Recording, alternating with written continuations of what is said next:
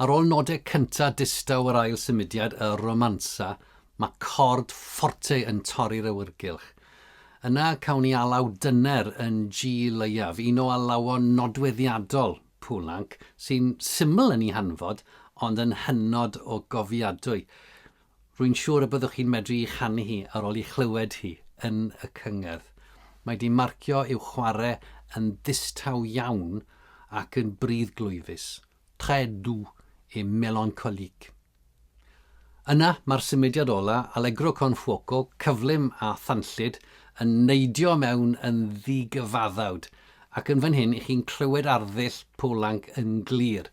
Brawddegau byrion, pigog, yn cyferbynnu'n llwyr gydag alawon mwy telenegol i naws, a bron iawn bod y ddau offeryn yn torri ar draws i gilydd. Mae'r cyfansoddwr yn gallu bod yn ffraith iawn yn hyn o beth.